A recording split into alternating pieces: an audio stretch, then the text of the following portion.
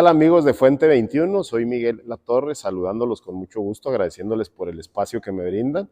Pues bueno, Miguel Latorre, soy un chihuahuense de nacimiento, soy abogado, orgullosamente egresado de la UACH, tengo 46 años de edad, la mayor parte de mi vida la he dedicado al servicio público, en algunos lapsos he también ejercido como abogado y bueno, pues una de mis pasiones es el boxeo, por eso estamos el día de hoy aquí en este bonito gimnasio en la ciudad de Chihuahua, platicando con usted. Tuve una infancia muy padre, la verdad. Yo creo que la infancia es la edad o la etapa que más lo deja marcado a uno, es en donde se forma uno como persona. A mí me toca nacer en Ciudad Madera, Chihuahua, por circunstancias, porque mis papás iban a pasar todas las navidades al rancho de mis abuelos. Entonces a mí me toca nacer en enero del 78 en un rancho, ahí en las varas Bavícoras, cerca de Ciudad Madera. Pero mis papás ya vivían en Ciudad Juárez. Mis papás y mi hermano mayor, que ya tenía 7 años y medio, ellos ya vivían en Ciudad Juárez. Entonces a mí me toca, desde que nací hasta que iba a entrar a sexto año de la primaria, vivir en Ciudad Juárez. Ciudad Juárez era una ciudad muy distinta a la que soy. Obviamente Juárez ha crecido muchísimo, Juárez se han desarrollado mucho, con todos los problemas y todos los beneficios que eso conlleva, pero a mí me tocó mi infancia en Ciudad Juárez, en una ciudad muy tranquila, muy próspera, muy padre. La verdad es que desde kinder hasta sexto año yo viví muy a gusto ahí en Juárez, pero bueno, cuando iba a entrar yo a sexto, mi mamá toma la decisión de irnos a vivir a Nuevo Casas Grandes. ¿Por qué? Porque tenía unas tías ahí, hermanas de mi mamá que vivían ahí. Mi mamá decía, ya vas a entrar en la adolescencia y quiero que crezcas en un lugar más tranquilo. Pues Juárez es una ciudad, obviamente, con una dinámica y con una problemática importante. Y mi mamá me decía, oye, pues ahora que vas a entrar a la secundaria, pues no quisiera pasar por problemas de inseguridad, de adicciones, todo eso, que a veces en una ciudad más grande sí se viven. Entonces nos vamos a vivir a Nuevo Casas Grandes. Cuando iba a entrar yo a sexto, termino yo la primaria en Nuevo Casas Grandes, hago la secundaria, la prepa, y la verdad es que fue la etapa más bonita de mi vida. A mí cuando me dicen, ¿de dónde eres? Yo les digo, yo soy de Casas Grandes. A pesar de que viví 7 años ahí, pues fue la etapa o la edad que me marcó más, porque ahí terminé mi infancia, empezó la adolescencia, con todo lo que eso conlleva. Cuando yo estaba en la secundaria, para mí fue una de las etapas más padres, pues porque es la primera vez de muchas cosas para una persona. Tu primer novia, tu primer de travesura, muchas de las cosas, tus amigos que haces en la infancia y en la adolescencia son los amigos a veces que duran para toda la vida. Mis mejores amigos son los que yo conocí cuando era niño, cuando era adolescente. Ya en la prepa, pues empiezas a vivir una dinámica distinta porque ya tienes que empezar a preocuparte de qué vas a estudiar, ya empieza la presión en la casa, de que qué te gustaría. Yo siempre tuve muy claro que quería estudiar dos cosas, o arquitecto, porque siempre tuve mucha facilidad para temas de dibujo, diseño. La verdad es que siempre me fue muy bien, estuve yo en talleres de dibujo técnico y pues, mucha gente, mis profesores me decían, oye, tú vas a ser un gran arquitecto. Pero a mí me gustaba también el tema de la abogacía. ¿Por qué?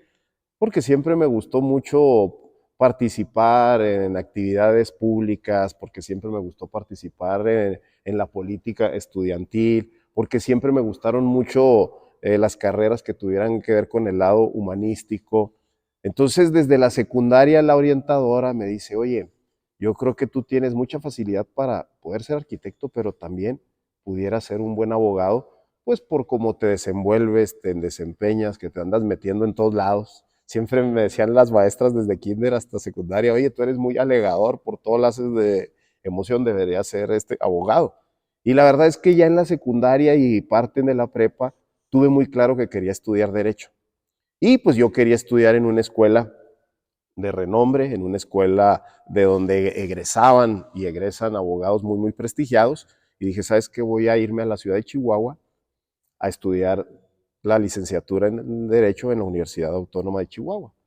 Recuerdo muy bien esa etapa porque cuando me toca sacar ficha, pues digo, yo venía de Nuevo Casas Grandes.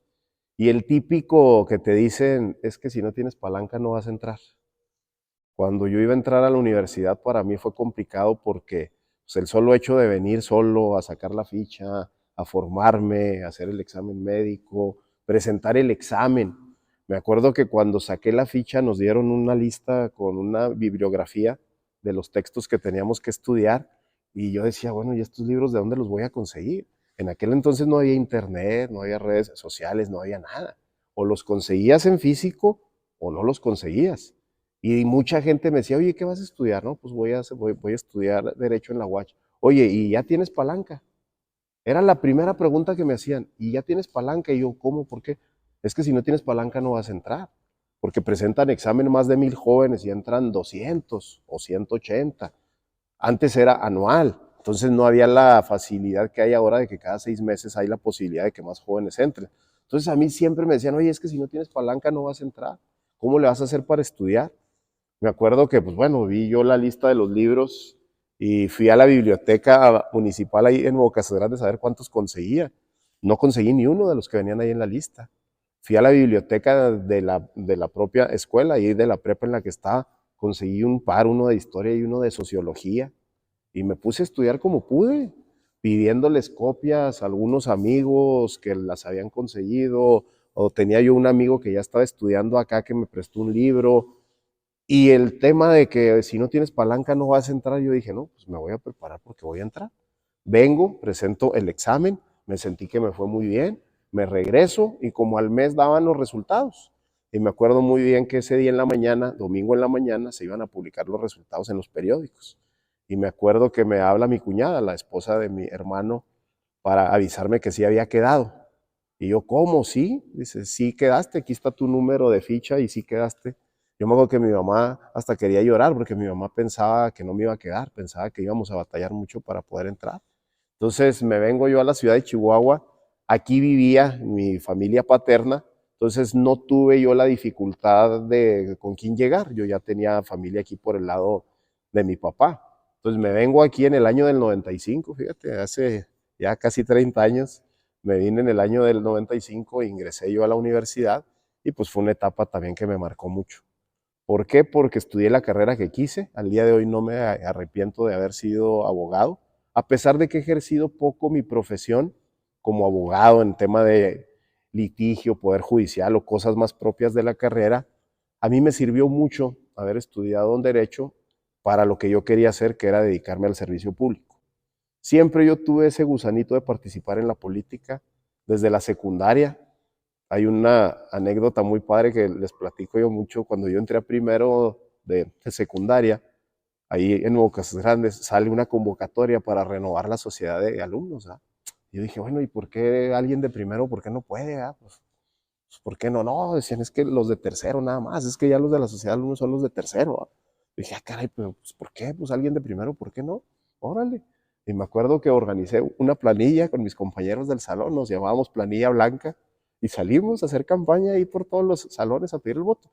No ganamos, pero despertamos muchas simpatías porque los de tercero decían, "Ay, pues como estos mocosos que vienen de la primaria van a querer ser la sociedad de alumnos, ¿verdad?". Y desde entonces yo traía el gusanito de participar en la política, me gustaba mucho el debate, el poder hablar en público, el tratar de ayudarle a mis compañeros, el tratar de ayudar en mi comunidad. Entonces, cuando yo entro a derecho, lo hago por eso, porque sabía que una carrera del ramo de las humanidades me iba a servir mucho si yo me quería dedicar a ser servidor público. Entonces, en la facultad, al igual que en la prepa, participo en la política estudiantil. Toca una etapa muy distinta a la que soy porque cuando yo entré a la facultad de Derecho de la UACH era un semillero priista muy fuerte. Yo me acuerdo que en los años que estuve en la facultad habíamos 3 o 4 panistas abiertamente declarados, que decíamos, sabes que yo soy del PAN. Éramos 3 o 4 los que públicamente lo decíamos. En ese entonces todos eran del PRI, desde los profes, los catedráticos, que les agradezco mucho por todo el aprendizaje que tuve de ellos, desde el director, desde los egresados. Todos me decían, oye, es que aquí en la facultad no puede ser de otro partido que no sea el PRI, porque aquí es del PRI. De aquí han salido rectores, gobernadores, alcaldes, diputados, funcionarios. Entonces me decían, oye, es que del PAN no la vas a armar aquí. Yo dije, no, pues claro que sí. Y yo empecé a participar en política estudiantil siendo abiertamente de un partido distinto al que dominaba la facultad. Y tuve buenas experiencias, malas experiencias, pero fíjate que las malas experiencias también te dejan mucho aprendizaje. Por eso cuando me dicen, oye, tuviste una mala experiencia, pues no, a lo mejor tuve a lo mejor el resultado no fue el que yo quería, pero me sirvió mucho para aprender. Porque te puedo decir que en el box, en la vida, en la política, en todo, a veces aprendes más cuando no obtienes un resultado favorable que cuando lo obtienes. Y a mí siempre me ha gustado ser muy analítico de cuando el resultado no es el favorable, qué fue lo que te faltó. Porque siempre tienes que analizar qué fue lo que te faltó para poder corregir. Cuando tú no eres autocrítico y piensas que te fue mal porque el mundo conspiró en tu contra y no porque tú hiciste algo mal, pues desde luego que nunca vas a corregir. Entonces mis experiencias en política estudiantil ahí en la UACH pues fueron muy buenas, me tocó participar para varios cargos ahí, me fue bien en algunos, en otros no tan bien, pero eso me marcó mucho para lo que yo quería en el Poder Judicial de la Federación. Tuve yo la fortuna, trabajé yo casi 2 años en el Poder Judicial de la Federación, la verdad es que fue una gran experiencia, pero no era lo que yo quería hacer, yo no me quería dedicar a la carrera judicial. Entonces, ya cuando estaba yo en el juzgado, sale una convocatoria para participar en una interna para regidor. Yo tenía 21 años, 22 creo. Y igual, voy y me apunto, digo, voy a participar para regidor. Y ahí en el partido toda la gente me decía, oye, pues es que nadie te conoce, ¿no? O sea, ¿cómo vas a ser regidor si eres un mocoso que acaba de salir de la escuela contra gente que tiene 30 o 40 años en el partido y que nunca han podido ser? Oye, es que te falta ser más talacha en el partido para ponerte al nivel de gente que tiene muchos años y que nunca les ha tocado una oportunidad como esta. Bueno, les decía yo, pues, finalmente hay una convocatoria, me voy a inscribir, voy a participar, voy a pedir el voto y pues a ver cómo me va. Digo, cumplo con los requisitos, lo voy a hacer. Participo en esa contienda interna y me toca ganar. Me toca entrar a la planilla de regidores en el año 2001, cuando nadie pensaba que yo pudiera ser, pues porque digo, no porque yo no tuviera los atributos, sino porque decían, oye, pues es que estás muy joven. O sea, pues ¿cómo vas a ser un regidor tan joven? Te digo, habiendo tanta gente con experiencia que nunca han podido ser. Participo, gano y me toca hacer 3 años regidor aquí en el ayuntamiento. Entonces, pues digo, otra experiencia que me marcó para toda la vida porque ahí me tocó conocer las necesidades de la ciudad, conocer de lleno las necesidades que la gente tiene, qué es lo que se debe hacer para corregir muchos de los problemas que tenemos aún al día de hoy aquí en nuestra ciudad, en nuestro estado, y sobre todo el convivir con la gente en las colonias. Eso me dejó un enriquecimiento y un aprendizaje fenomenal. Fui regidor 3 años. Posterior a eso, una vez que concluyo, me toca ser funcionario federal. Me tocó trabajar en la Ciudad de México casi un año en el órgano interno de control del IMSS, cuando en aquel entonces era Pancho Barrio el secretario de la Contraloría, después secretario de la Función Pública y después Lalo Romero. Me invitan a trabajar a la Ciudad de México, me voy yo a la Ciudad de México casi un año.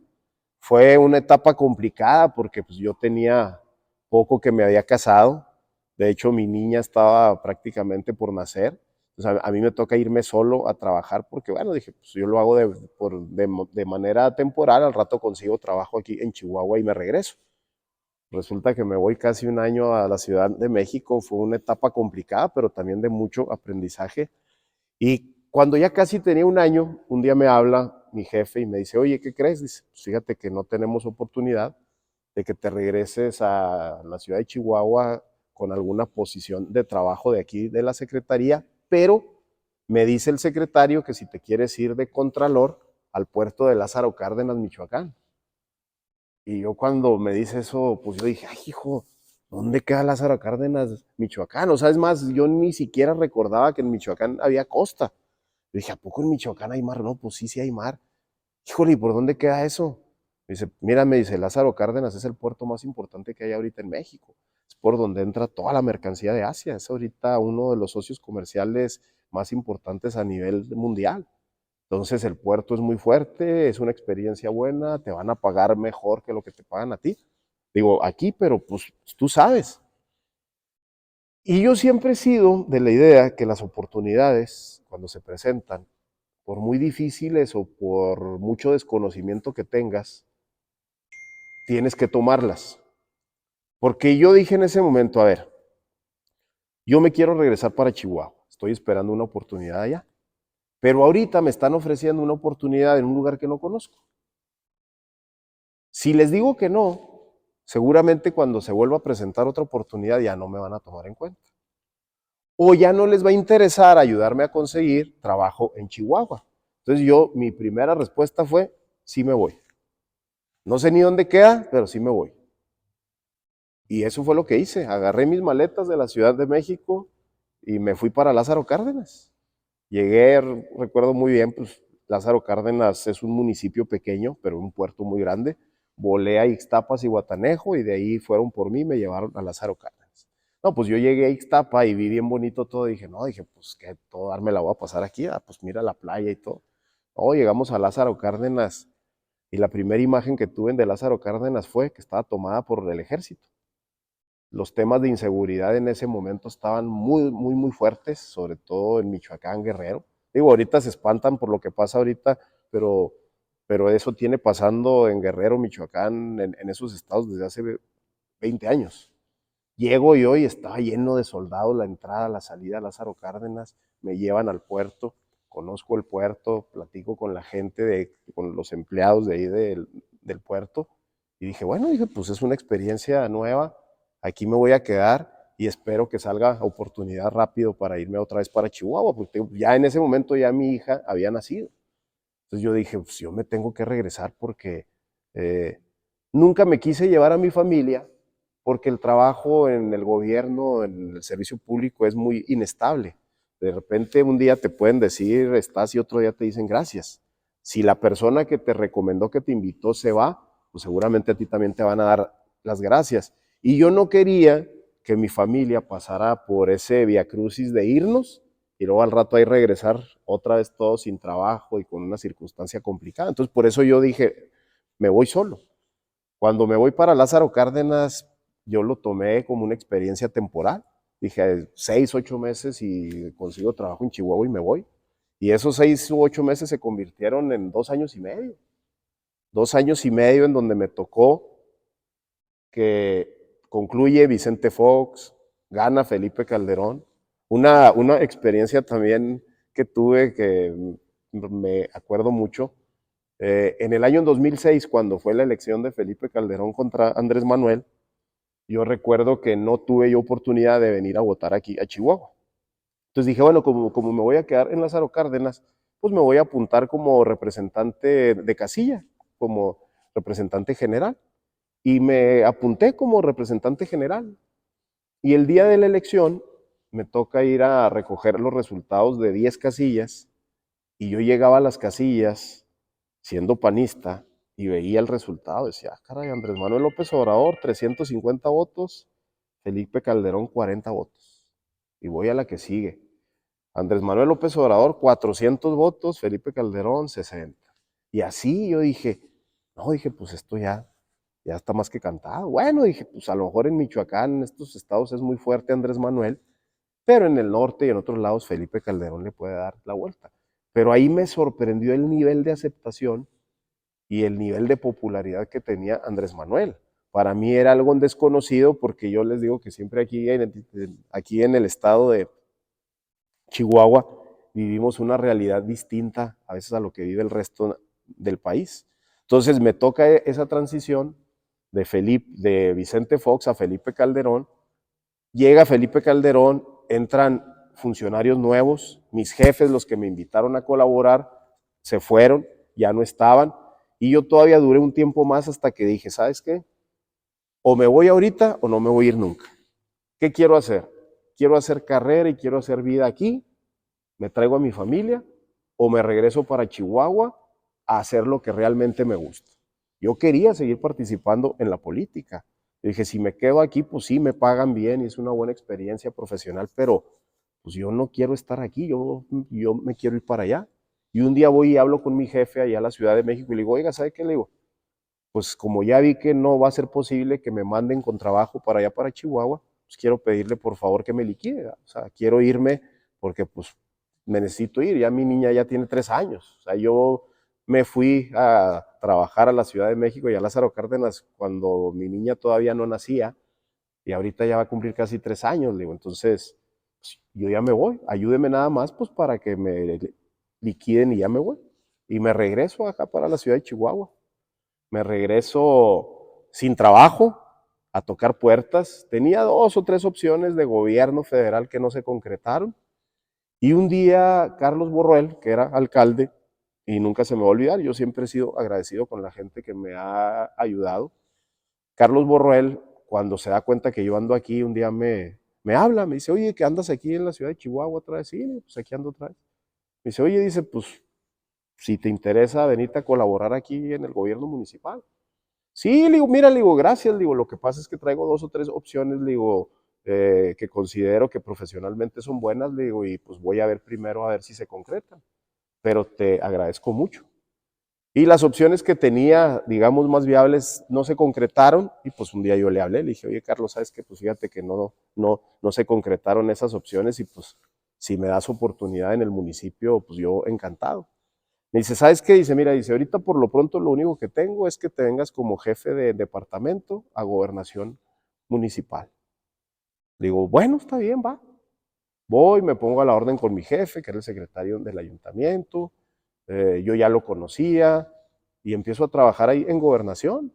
Otra experiencia que me dejó mucho aprendizaje, porque es un área que tiene su grado de complejidad, porque te toca tratar con muchos sectores populares, porque te toca vivir de lleno lo que vive un vendedor en la calle, lo que vive un vendedor en el mercado, lo que vive un vendedor establecido, todo lo que se esfuerzan, todo lo que tiene que hacer alguien que organiza un espectáculo, todo eso. Y ahí estuve poco menos de un año, estuve un buen rato ahí. La verdad es que me dejó mucho aprendizaje hasta el día de hoy. En ese momento, Carlos Borruel pide licencia porque busca la gobernatura y entra Álvaro Madero como su suplente. Yo cuando Álvaro entró, yo en esos días había ya renunciado, yo ya no estaba en el municipio, porque igual quería yo explorar nuevos retos. Sin embargo, Álvaro me habla y me dice, oye, necesito que me ayudes en esta área.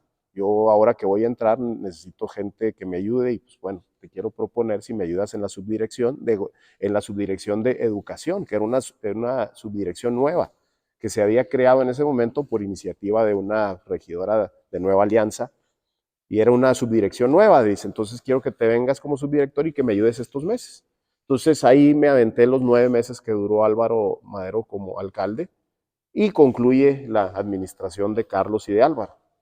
Cuando se va a concluir esa administración, ya Marco Quesada, fíjate, cosas de la vida y de la política, cómo nos encontramos siempre, cómo a veces te llevan a encontrarte con gente con la que conviviste o con la que tuviste una experiencia o con la que competiste. Marco Quesada gana la presidencia municipal. En el año 2010 al PAN le fue muy mal. El PAN perdió todo en la ciudad de Chihuahua, pero todo es todo. Por eso ahora que dicen que Chihuahua es un bastión panista, les digo, a ver, les digo, pues eso díganselo a alguien que nació del 2016 para acá. O sea, en el año 2010 el PAN aquí en la capital no ganó nada. De amigos, gente del partido que me conocían de muchos años y me dicen, oye Miguel, queremos que te apuntes para ser el dirigente del PAN aquí en el municipio. No, les digo yo, miren, les digo, yo dije hace mucho tiempo, dije que si algo nunca quería yo ser, era dirigente del partido. ¿Por qué? Les digo, porque es un puesto muy ingrato. El presidente del partido es como el entrenador de un equipo de fútbol. Cuando el equipo gana, todo el mundo le aplaude a los jugadores y qué bueno porque el delantero es muy bueno o el portero tapó muchas. Pero cuando pierde, el entrenador tiene la culpa. Digo, ahorita lo estamos viendo, acaba de perder la selección con Estados Unidos y todo el mundo quiere correr al entrenador. Lo mismo pasa con un partido político. Cuando el resultado es adverso, los ojos se van sobre el dirigente, no sobre si el candidato fue malo, si cometió errores, si realmente no era el momento de él, si el otro partido y el otro candidato eran mejores y las circunstancias no te ayudan. Entonces yo dije, no, dije, dirigente del partido, no. ¿Por qué? Pues porque es un puesto muy ingrato. Y luego venimos de perder todo. O sea, venimos de un retroceso político muy fuerte en donde ni lana hay para lo básico, para hacer política. Me dicen, oye, queremos que participes. No, les digo, la verdad, les digo, no me gustaría ser dirigente. Ándale, que mira, que hay mucha gente que quiere que tú seas y que te apoyamos. Bueno, pues un grupo de buenos amigos me convencen. me apunto, competimos 7 personas por la dirigencia del PAN y me toca con el voto de la militancia del PAN en ese momento ser presidente. En octubre del año 2010 gano yo la dirigencia del partido. Igual, vienen 3 años de mucha experiencia, donde me tocó tomar las riendas de un partido que venía de una derrota muy fuerte, donde no teníamos nada, donde las prerrogativas del partido se fueron al piso, donde teníamos para lo básico, para pagar una nómina muy económica y para pagar servicios, y obviamente nos quedaba muy poquito para poder hacer política, pero bueno, pues en el PAN siempre estuvimos acostumbrados a que no necesitábamos lana porque siempre íbamos contra la corriente. Éramos voluntarios y lo hacíamos por convicción, cosa que ya no pasa hoy, ¿verdad? Hoy ya se perdió todo eso. Entonces me toca ser presidente del PAN durante 3 años y me toca una elección presidencial, que fue la de Josefina Vázquez Mota. Ahí me tocó vivir de lleno cómo Calderón la abandonó y pactó con Peña Nieto. Eso lo vivimos todos los del PAN. Lo que pasa es que a muchos se les olvida. Me tocó una elección local en donde recuperamos posiciones aquí en el municipio, en donde Maru Campos gana la diputación, donde Ana Lilia Gómez gana, donde recuperamos espacios en el cabildo y en donde nos quedamos a muy poco de volver a ganar la presidencia.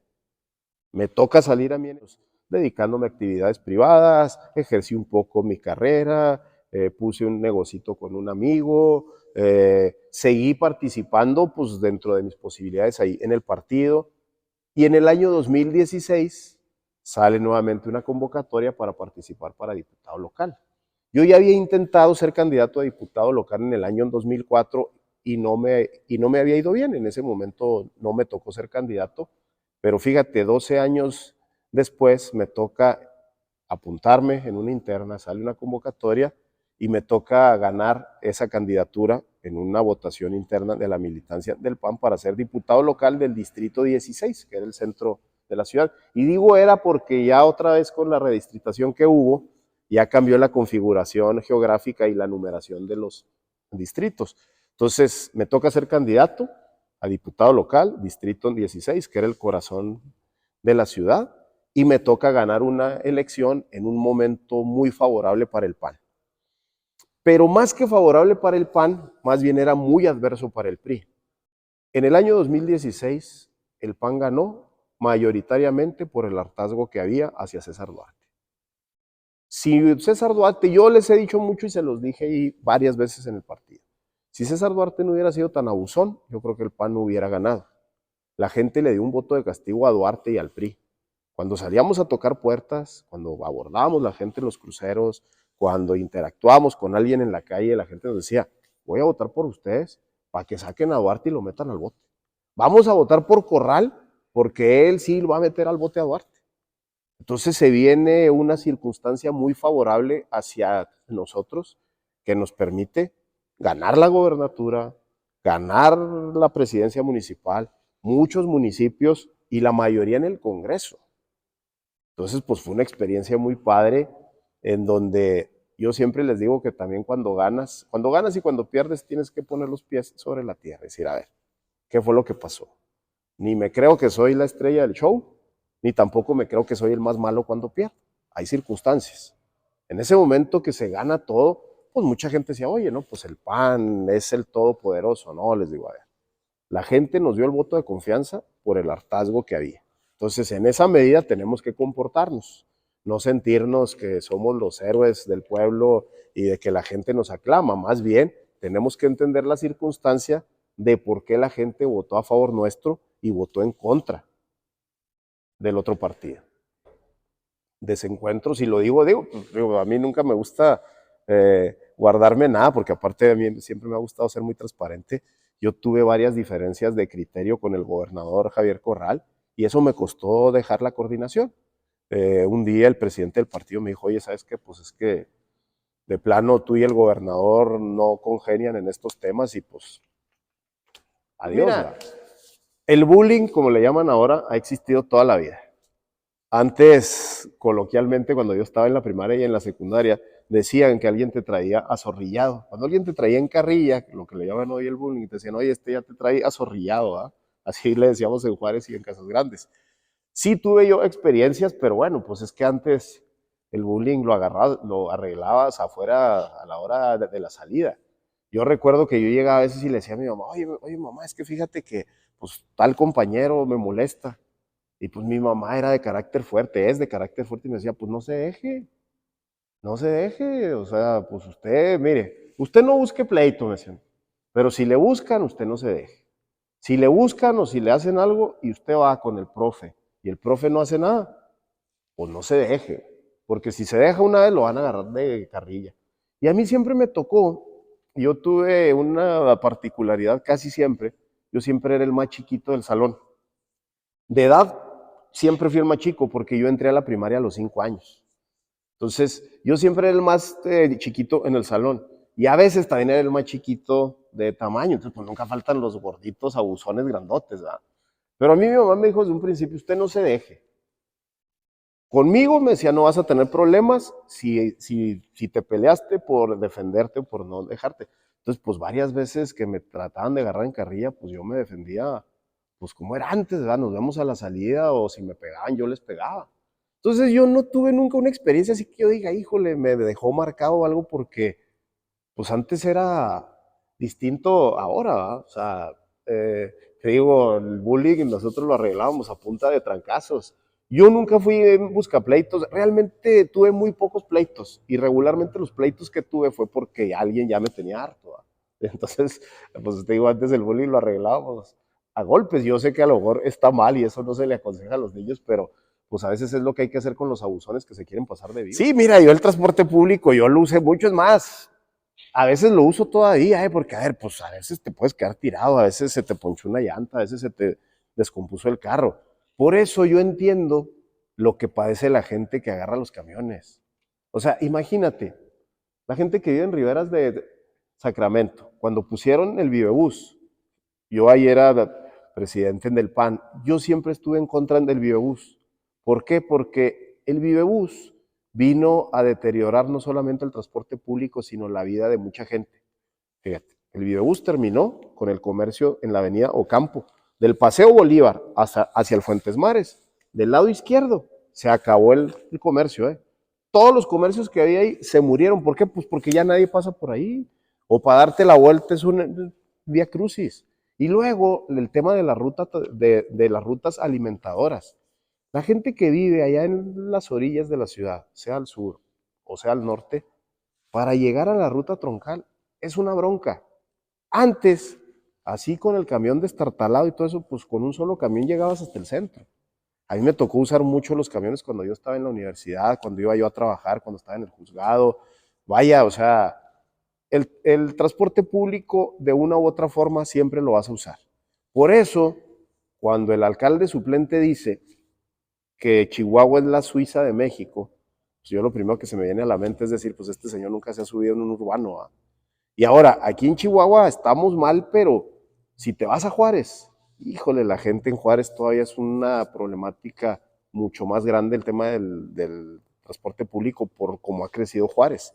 Entonces sí, a mí me tocó andar, yo me conozco todas las rutas que hay en la ciudad. ¿Por qué? Pues porque a mí sí me tocó andar. Y anécdotas muy padres, todavía nos acordamos cuando estábamos en la universidad, hasta de los señores que se subían a vender ahí cosas y el rollo que te aventaban.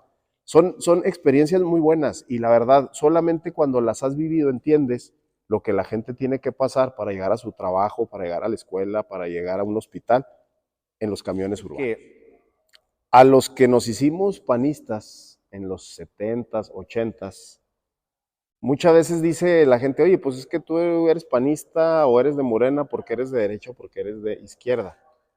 Mucha gente militamos en el PAN durante mucho tiempo, no por ser de derecha, sino porque era el único contrapeso para combatir al PRI. A mí me tocó cuando niño, y eso me dejó marcado también, yo tuve la experiencia personal que mis papás se quedaron sin casa. Mis papás sacaron una casa a crédito, debían esa casa, iban pagando el crédito, pero ustedes, digo, no les tocó a ustedes vivir eso, pero cuando López Portillo y cuando Miguel de la Madrid, las devaluaciones de los gobiernos del PRI significaban que te quedabas sin patrimonio. Si tú debías 1 millón de pesos por una mala decisión del gobierno, al día siguiente debías 8 millones. Mis papás tuvieron ese problema, mis papás trabajaban, Teníamos una casa ahí en Ciudad Juárez, la perdimos, ¿por qué? Porque se volvió impagable. Entonces, desde que yo estaba niño, yo veía a mi mamá con esa rebeldía de decir, sabes que estamos en contra del sistema y estamos en contra del PRI. Me toca a mí cuando tenía 5 años, cuando Pancho Barrio se postula como candidato a alcalde ahí en Ciudad Juárez. Y yo me acuerdo que yo lo veía, antes no, digo, pues la publicidad y la mercadotecnia política han cambiado mucho. Yo veía los pósters en los postes de Pancho Barrio y decía, ah, ese señor me cae bien. ¿Por qué? Porque yo lo veía como que iba contra la corriente, como que iba contra todo. O sea, nadie pensaba que el PAN iba a ganar. Y me acuerdo que Pancho Barrio en el 83 gana la presidencia municipal y pues fue un boom porque decías, oye, pues los que estamos en contra, digo, yo tenía 5 años, pero yo me sentía también oposición, porque yo veía a mi mamá que platicaba con sus amigas y que mi mamá decía, yo voy a ir a votar por el PAN para que se salga el PRI y todo eso. Entonces, a mí me toca vivir Pancho Barrio en el 83 como alcalde y luego en el 86 el fraude electoral. A mí me tocó que mi mamá me dejaba en la casa encargado porque mi mamá se iba a los mítines. O cuando es el fraude, mi mamá le tocó participar en varias actividades de la resistencia civil. Y no me llevaba porque decían en aquel entonces que no llevaran a los niños porque los grupos de choque del PRI agarraban a pedradas a la gente del PAN y eso sí pasaba. Entonces mi mamá decía, sabes que nunca te voy a llevar ahí a los eventos y todo porque si llegan los del PRI o algo nos van a golpear.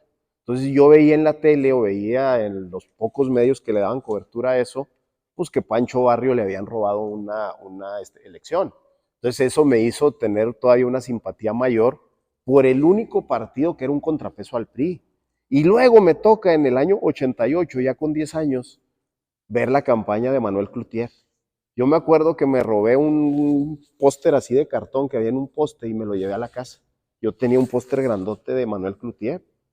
Yo decía, ese señor sí me representa porque es de rebelde y le echa chingazos al gobierno igual que yo. ¿Ah? Yo tenía 10 años y yo ya decía en la escuela que yo le voy a Manuel Cloutier. Y me toca, te digo, pues cuando Manuel Cloutier, un año después del fraude, porque también en el 88 hubo fraude, a mucha gente se le olvida. En el año 88, quien ganó la presidencia de la República fue Cuauhtémoc Cárdenas, no la ganó Carlos Salinas. Y Manuel Cloutier le levantó el brazo a Cuauhtémoc Cárdenas y le dijo, vamos a luchar juntos por la democracia en México. Y a Cloutier lo matan a los pocos meses. Eso a mucha gente ya se le olvidó, pero a muchos otros no. Entonces fíjate que eso fue lo que me marcó desde niño a querer participar. Yo decía, a ver, pues yo también tengo que ayudarle a mi comunidad a salir adelante. Yo también quiero sacar a los que se han robado y a los que nos han devaluado y por los que perdimos la casa. Eso fue algo que me marcó mucho, más que ser de derecha, yo más bien por llevarle la contra a un sistema en el cual yo no simpatizaba desde niño y en el cual yo veía que mi mamá tampoco simpatizaba. Por eso fue que mucha gente en aquellos años nos hicimos panistas.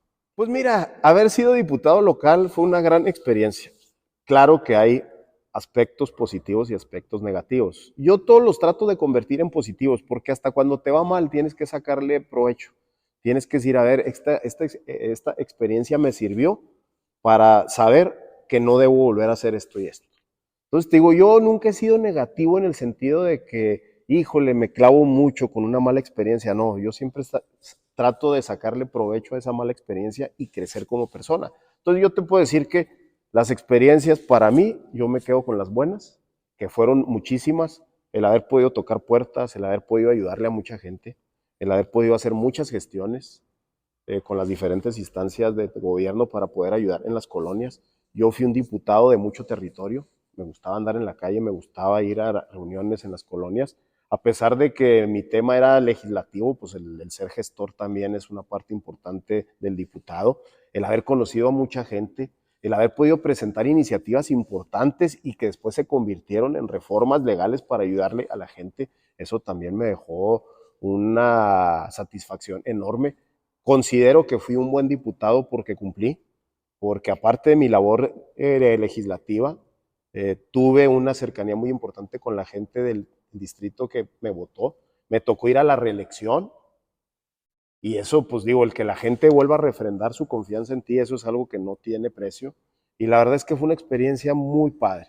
Sin embargo, bueno, pues la política también tiene aspectos negativos. ¿Qué te puedo decir que fueron las experiencias que no fueron gratas para mí? Pues uno, me tocó ser diputado con un gobierno del mismo partido.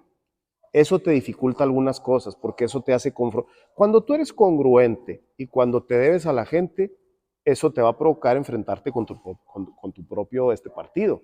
Yo tuve varios desencuentros con el gobernador Corral, nunca personales, yo la política nunca la tomo como algo personal. Tuvimos diferencias de criterio en algunos temas, me tocó votar en contra varias cosas, que bueno, eso era así como, o sea, te satanizaban si le votabas en contra a tu partido. Yo voté en contra presupuestos, voté en contra nombramientos que venían de parte del Ejecutivo. Me opuse a varios temas en donde yo quise siempre estar del lado de la gente y me tocó varias veces tener diferencia de criterio con el gobernador o con mi propio partido o con la alcaldesa que hoy es la gobernadora. ¿Por qué? Porque yo siempre les dije, miren, yo no soy aplaudidor de nadie. Yo vine a hacer mi trabajo, yo vine a cumplirle a la gente. Yo fui postulado por el PAN, pero fui votado por toda la gente. Yo no distinguía cuando yo atendía a una persona si había votado o no por mí, yo no le preguntaba de qué partido era. Vaya, ni siquiera les preguntaba si eran de mi distrito. Yo atendía y yo procuraba darle una respuesta positiva a toda la gente que iba conmigo. Entonces, cuando tú te debes a la gente y no a un partido, por eso yo desde hace mucho tiempo estoy en contra de los pluris, porque eso se debe nada más a una cúpula. Yo sí me debía a la gente. Entonces, cuando se abordaba un tema que yo sabía que le iba a lastimar a la gente, yo siempre les decía, discúlpenme, pero yo voy en contra. Jamás permitimos aumentos en las tarifas de los camiones. En las dos legislaturas que yo fui en diputado, jamás votamos a favor aumento en algún impuesto. Jamás votamos cosas que le lastimaran a la gente y eso causaba conflicto porque sí te confrontabas. Te digo, cuando eres oposición, a veces es más sencillo, pero cuando eres gobierno, tratar de mantenerte congruente es más complicado, porque hay decisiones antipopulares que el gobierno toma en donde tú tienes que decir, a ver, señor gobernador, yo no me debo a usted, lo respeto, hay una relación cordial institucional, pero yo me debo a la gente y yo voy a votar conforme la gente me lo está pidiendo en la calle. Entonces, te digo, si lo ponemos en la balanza, te puedo decir que hasta las experiencias malas me sirvieron mucho para crecer y te puedo decir que fue una enorme satisfacción haber sido diputado 2 veces y pues eso me lo llevaré por siempre en los años que me toque. Chihuahua tiene lugares muy padres, a mí me gusta mucho ir a la deportiva, me gusta mucho ir al cine, me gusta mucho ir al centro también. A veces digo, a veces el centro es complicado porque batallas por el estacionamiento, pero me gusta mucho ir al centro. La verdad es que soy una persona tranquila, no salgo mucho, te puedo decir, o sea, no salgo mucho a lugares o no tengo una vida nocturna porque soy muy tranquilo y realmente casi no salgo, casi no tomo. Por ahí de repente, pues si salgo con un amigo y nos tomamos una cervecita o algo, pero si no me junto con alguien que se eche una cerveza, un tequila, puedo durar años sin tomar nada. Entonces mis lugares favoritos pues son los gimnasios, ir a ver a los chavos entrenar, los eventos deportivos, el cine. Obviamente me gusta visitar, te digo, lugares padres como la deportiva, me gusta salir a correr, me gusta salir a caminar, de repente voy allá al de Rejón, pero bueno, pues Chihuahua tiene lugares muy, muy padres que a veces no nos damos el tiempo para conocerlos. Pero te digo, soy una persona tranquila, me gusta más el deporte y me gusta más otras actividades que la vida nocturna. Y pues bueno, ya también, ya no estoy tan jovencito, ya tengo algunos años, entonces ya ahorita trato de llevármelo un poco más tranquilo. Burritos, aquí en Chihuahua hay un montón de lugares muy buenos, mira, a mí me gustan, digo, se vale decir comerciales. Mira, hay unos burritos que están ahí por el Díaz Ordaz, enfrente del gimnasio Rodrigo M. Quevedo, que se llama El Arrancón. Esos burritos son buenísimos y me acuerdo mucho de esos burritos porque yo trabajaba en un juzgado a la vuelta. Antes el juzgado primero del distrito federal estaba ahí en Santa Rita, a la vuelta del M. Quevedo.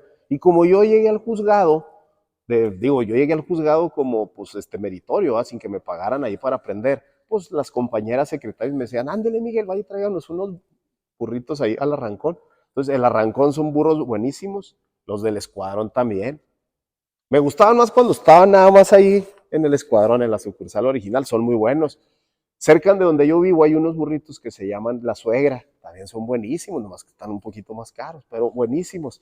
No, pero mira, burritos buenos aquí en Chihuahua, híjole, a lo mejor mencioné esos tres, no quisiera herir susceptibilidades de nadie, pero bueno, por mencionar algunos, esos tres son los que me gustan más aquí en la ciudad.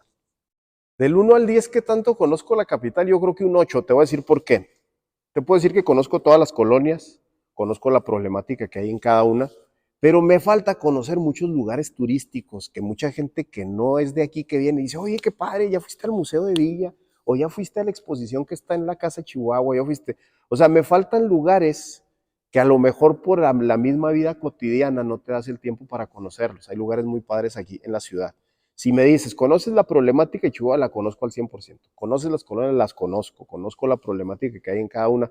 Pero me falta conocer algunos lugares o algunos temas específicos que mucha gente te dice, oye, ¿no has ido a comer a este lugar? Oye, fíjate que hay un restaurancito muy bueno por ahí por el centro así, así. Oye, que venden comida peruana en tal lugar. Oye, que venden esto en tal lugar. Sí me faltan algunos lugares, digamos, históricos y turísticos por conocer más. Por ejemplo, a las grutas de Nombre de Dios fui hace 20 años y no he vuelto a ir. Y hay mucha gente que dice, oye, fíjate, está muy padre. Gente que viene de otros municipios o de los Estados Unidos van y dicen, oye, qué padre lugar tienen ahí. Y tengo más de 20 años que no voy. Entonces, te digo, me falta todavía por conocer ciertos lugares que mucha gente que no es de aquí valora más que los que somos de aquí. Pero bueno, pues la ciudad como tal, pues la conozco, te digo, a lo largo de mi carrera en el servicio público, pues te puedo decir que la conozco casi como la palma de mi mano. Yo soy un amante de todos los deportes, ¿eh? O sea, a mí los deportes me gustan todos. ¿Por qué ando en el box? Porque yo desde niño tuve una afición muy especial al box y a la lucha libre. Yo soy aficionado al box y a la lucha libre desde que estaba niño, era lo que veía yo en la tele. O sea, yo de lucha libre te puedo decir que me sé todo. De box igual, pues a mí me tocó crecer viendo a Julio César Chávez, al Finito López, a Tyson. O sea, me tocó ver las últimas peleas de Mohamed Ali. O sea, entonces el box desde niño en la tele, pues era lo que veía uno, el box y las luchas. Gracias a Dios, la oportunidad que me da la vida de poder ser promotor deportivo, pues eso nunca me lo imaginé. Tengo ya 7 años haciendo funciones de box para televisión, algunas más grandes, otras más chicas. Me ha tocado debutar muchísimos jóvenes del estado y de fuera del estado. Me ha tocado ya llevar chavos a disputar campeonatos mundiales a otros países. Tenemos una campeona mundial de aquí de Cuauhtémoc, que es Yamilet Mercado. Me ha tocado unas experiencias muy padres. Lana no he ganado, porque en el box es complicado. En el box es invertir y a veces no sabes si la inversión te va a redituar. Pero satisfacciones y experiencias. Mira, el haber ido a Panamá, a Japón, a Estados Unidos y conocer gente nueva, eso es invaluable, porque hay un dicho muy conocido que dicen que más vale tener amigos que tener dinero. Pero yo soy un amante de todos los deportes, me encanta el fútbol, me encanta el fútbol americano, el béisbol. Digo, pues ayer acaban de jugar los Diablos Rojos del México contra los Yankees ahí en el parque del Seguro Social en México, perdón, en el parque de Alfredo Harpelú. Los Diablos Rojos le ganaron los dos juegos a los Yankees. O sea, veo todo eso y me entusiasma mucho. Ver ahorita a Checo Pérez triunfando en la Fórmula 1 es algo genial. O sea, sí hay ciertos deportes que son menos comunes o menos populares y que incluso en televisión es más complicado verlos. Pero te puedo decir que el básquetbol, pues me tocó el auge de Jordan. O sea, yo fui un amante del básquetbol, a pesar de que yo nunca le fui a los Bulls, porque a mí siempre me ha gustado ir en contra. Nunca le voy al que le van todos, pero me tocó los 80s y los 90s con Jordan, con Pippen, con Magic Johnson, la época dorada del básquetbol. Entonces yo te puedo decir que de deportes sé mucho, mucho, me gusta practicarlo, me gusta ser una persona sana y estoy convencido que el deporte, la educación y la cultura son la base de la sociedad y son los tres temas importantes que forman a las personas desde que son niños. Si los gobiernos invirtieran más en esos tres rubros, tendrían que gastar menos en armas, en tecnología para cuidar, en muchas otras cosas. Las adicciones es un tema que lastima mucho a nuestra sociedad y que solamente el deporte, la educación y la cultura es lo que hace que los niños no tengan esa tentación o ese entorno negativo para caer en algo tan delicado como son las adicciones. Pero te digo, de deportes nos podemos pasar todo el día hablando y yo soy un apasionado de todo.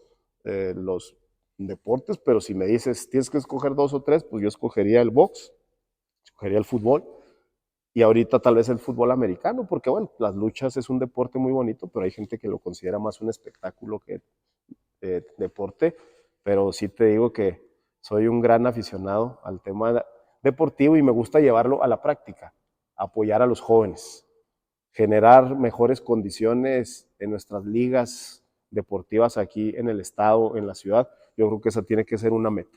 Si paráramos cómo ha sido mi vida y mi trayectoria al box, pues yo sería un boxeador fajador.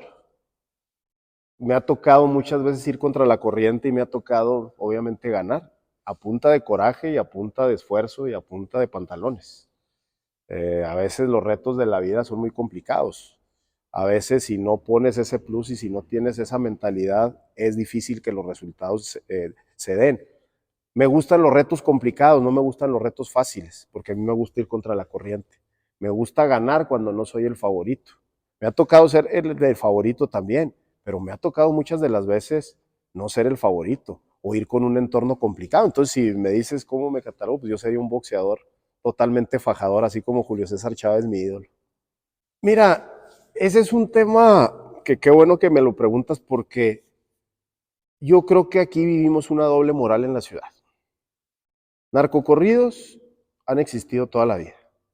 A mí me tocó crecer oyendo a los Tigres del Norte y oír a Camelia la Tejana y la banda del Carro Rojo. Me tocó oír corridos desde niño. Y yo nunca dije, porque me gusta ese corrido me voy a dedicar a eso. Yo creo que nuestras autoridades confunden las cosas. La formación te la dan en tu casa desde que eres niño. Ahorita hacen polémica con los narcocorridos, con el reggaetón, cuando yo soy de la idea que cada quien puede escuchar lo que quiera.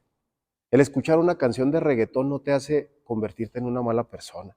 Dicen, es que denigran a las mujeres.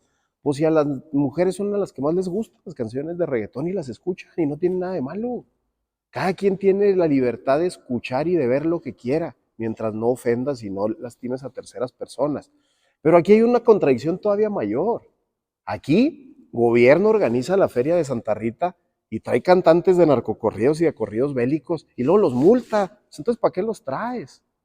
O sea, tú mismo los vas a traer para luego multarlos. Yo no creo, la verdad, honestamente, que haya un jovencito que se quiera dedicar al narco porque oyó a Peso Pluma. Cada quien puede escuchar porque tenemos la libertad para escuchar y para ver lo que nosotros quieramos. Entonces, es una situación contradictoria en donde aparte, mira, lastimas digamos, al aficionado.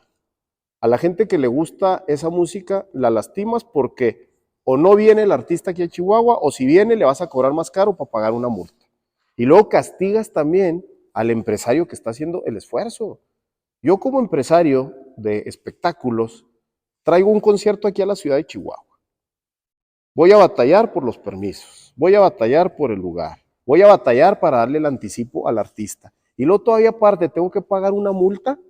Oye, pues simple y sencillamente me voy a otra ciudad. Entonces, para mí es algo contradictorio. No es que yo esté a favor, a mí hay canciones que no me gustan, pero no porque me las prohíba ninguna autoridad, es porque no me gustan. Yo el reggaetón, sí escucho canciones, a veces ni siquiera sé las letras, pero a veces el ritmo es pegajoso. Pero a ver, yo no creo que alguien por escuchar una canción se vaya a convertir en una mala persona.